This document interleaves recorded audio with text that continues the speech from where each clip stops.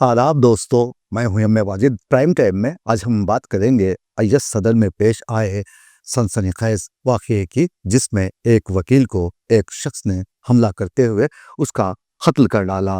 अब ये कत्ल किन वजूहात की बुनियाद पर किया गया और ये कत्ल किस कदर भयानक और बहीमाना था, ये जानने के लिए देखिए हमारे नुमाइंदे मोहम्मद फारूक की ये खास रिपोर्ट। अगर आप हज 2025 का इरादा रखते हैं तो आपके लिए अहम तरीन इत्तला ये है कि सऊदी हिदायत के मुताबिक 18 अप्रैल हज वीज़ा की इजराई के लिए ख़तई आखिरी तारीख होगी। सफ़र हज आसान और आरामदा बनाने के लिए तशरीफ़ लाएं अल आज़म टूर्स एंड ट्रैवल्स हैदराबाद। देश भर में 32 साल बेहतरीन खिदमात का एजाज अपने नाम करने वाला वो इदारा है जो तनाज़ात से पाक और आज़मीन हज को आसानी फराहम करने पर यकीन रखता है। आपके लिए 4 पैकेजेस दिए गए हैं। अपनी सहूलत के हिसाब से आप अपनी नशिस्त को बुक करवा सकते हैं। वो वक्त कम है, इसीलिए जल्दी करें। हुकूमत हिंद की जानिब से मंजूर शुदा अल आज़म टूर्स एंड ट्रैवल्स,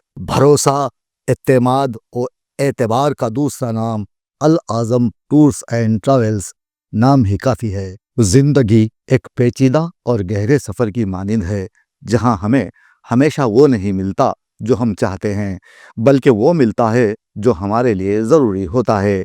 यहाँ हर नाकामी और दर्द एक अहम दर्स है जो हमें अपनी हकीकत और अंदरूनी क़ुव्वत का शऊर देता है। ज़िंदगी आसान रास्ते नहीं दिखाती, क्योंकि वो हमें ख़ुद को आज़माना चाहती है, हमारी हिम्मत और इरादे को जानना चाहती है।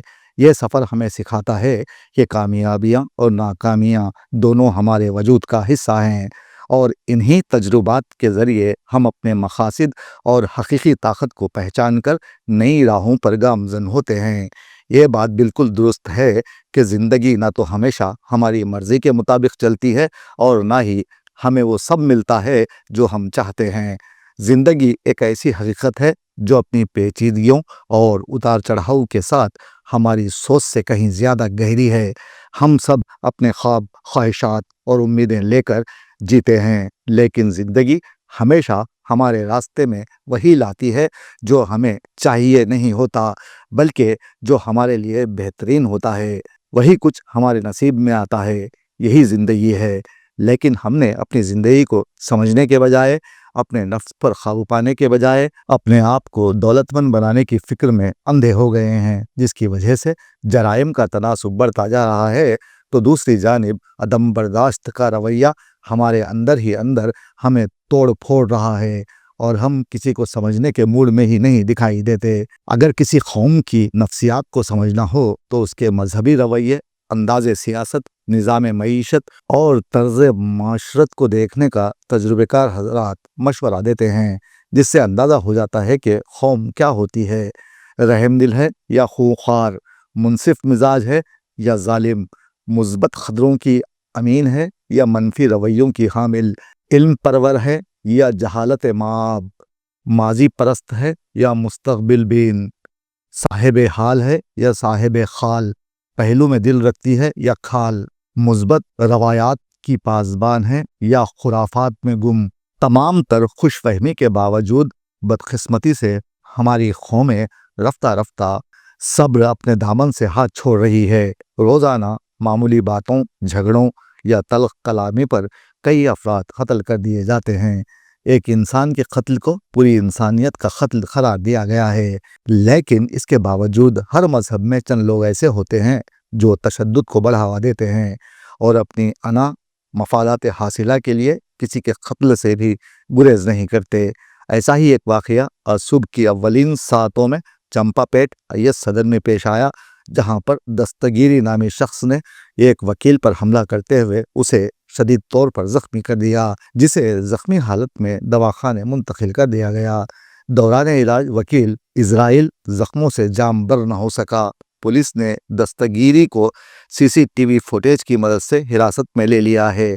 दरअसल इस कत्ल के पीछे पुरानी रंजिश को कार फरमा करार दिया जा रहा है। बताया जाता है कि वकील के घर में एक खातून किराएदार रहती है, जिसने वकील को बताया था कि दस्तगीरी नामी एक इलेक्ट्रिशियन उसे हरासा कर रहा है। वकील ने इस मामले को पुलिस से रुजू करते हुए शिकायत दर्ज करवाई।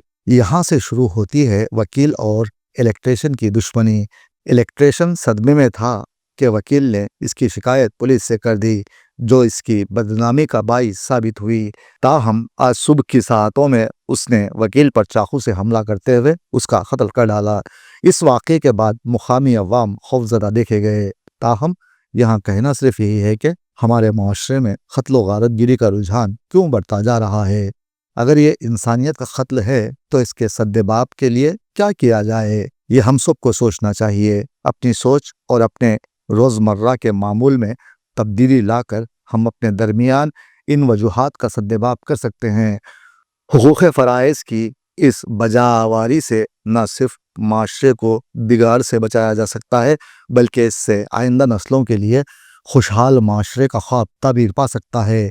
अपने गुस्से पर काबू रखें और कानून को हाथ में लेने की कोशिश न करें, वरना खातिल और मकतूल दोनों के खानदान मुतासिर होंगे और बाद में पछतावा आपका जिंदगी भर पीछा करता रहेगा। याद रहे।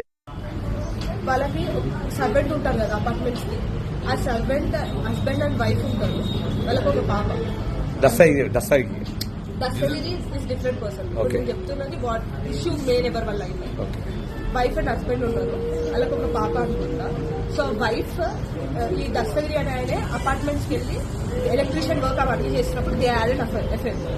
సో ఇది ఇష్యూ తెలిసి సెక్రటరీ దగ్గర అపార్ట్మెంట్ లో ఉన్న వాళ్ళు క్రిస్టియన్స్ ఏదో తెలియదు, అంత ఐడియా లేదు sir. Everything is recorded in the Santosh Nagar police station, crystal bar పక్కకు. దాని తర్వాత మా డాడీ ఏం చేసిందంటే 1 month బ్యాక్ ఆయన కాల్ చేసి ఎక్కడున్నావు, ఇంట్లో వర్క్ ఏదున్నా మేము ఆయననే పిలుస్తాం, ఎక్కడున్నావు అంటే ఈ సెట్ ఎంటైర్ ఏవైతే అయ్యిందో ఏది అఫేర్ ఉందో అదంతా చెప్పినప్పుడు, అరే అవి అంతా ఎందుకురా వచ్చి పని చేసుకోమంటే నువ్వే దాపెట్టిన వాళ్ళని. మా డాడీకి అపార్ట్మెంట్స్ లో గ్రౌండ్ ఫ్లోర్ మా డాడీ ఆ బ్లాక్ అని అపార్ట్మెంట్స్ నువ్వే దాపెట్టిన వాళ్ళని నువ్వు మా ఇద్దరిని అరేంజ్ చేయి, ఇప్పుడు మా ఇద్దరిని కలుపు అంటే నేను బ్రోకర్ని కాదు నేను అడ్వకేట్ని అని మా డాడీ చెప్పినాడు. మా డాడీ ఒక్కడున్నప్పుడు వస్తుండే దస్తగిరి ఎట్లా వస్తుంటే మా డాడీ ఇది సేఫ్ కాదు, something is happening, something is gonna happen అని మా డాడీ ఇది సేఫ్ కాదు ఆ కంప్లైంట్ ఇద్దామనే ముందు మాకు చెప్పిండు. అక్కడ వరకు కూర్చొని ఇట్లా అయితే నేను కంప్లైంట్ ఇద్దాం అనుకుంటున్నాను. ఈ రోజు ఏంది ఈ ఇన్సిడెంట్, ఇలా కంప్లైంట్ ఇద్దామా? ఓకే, రీసెంట్ గా 10 days. ఓకే కంప్లైంట్ ఇచ్చారా? వెళ్ళి కంప్లైంట్ ఇచ్చినారు, వాళ్ళు మాట్లాడి కౌన్సిలింగ్ ఇచ్చారు. అప్పుడు బయటికి రాగానే క్యూ మేరే పర్ కంప్లైంట్ కియా సార్, తప్పటి మాన్నాక కంప్లైంట్ ఎందుకు ఇచ్చినా సెట్ అయిపోతుందే అని అన్నారంట. సరే ఫైన్ అని చెప్పి ఆయన కంప్లైంట్ అదంతా తీసుకున్నాక వచ్చేసినాక ఎవ్రీడే వచ్చి ఇక్కడ మాకు రెంటెడ్ ఉంటారు సింగిల్ పోర్షన్ లో, వాళ్ళ డాడీ ఉంటాడు. ఆ డాడీ దగ్గరికి వచ్చి ఆ తాత దగ్గరికి ఎప్పుడు వస్తున్నాడు ఎప్పుడు వెళ్తున్నాడు వచ్చి ముచ్చట్లు పెట్టడం స్టార్ట్ చేసినాక ఈరోజు మార్నింగ్ కూడా add talk with that uncle ఆ ముసలాయిలతో. మా డాడీ ఇట్లా టర్న్ తీసుకొని ఇది మా బ్లాక్ సార్ మా ఇల్లు టర్నింగ్ దగ్గరకు వచ్చేసింది. అపార్ట్మెంట్ పేరు మీద ఉండేది లోటస్ అపార్ట్మెంట్ పక్కన బిల్డింగ్ డబుల్ స్టోర్ బిల్డింగ్ 9-7. అతను పెట్టుకున్నది ఆ లోటస్ అపార్ట్మెంట్ వాళ్ళతో. ఆయన పెట్టుకుంది శ్రీనివాస అపార్ట్మెంట్, మా డాడీ గ్రౌండ్ ఫ్లోర్ లో అపార్ట్మెంట్ లో ఉంది పోర్షన్. ఆల్రెడీ ఇంకో పోర్షన్ ఉంది అక్కడ మీరు చూస్తే అక్కడ పేరు ఉంటుంది మా డాడీ ఇజ్రాయెల్.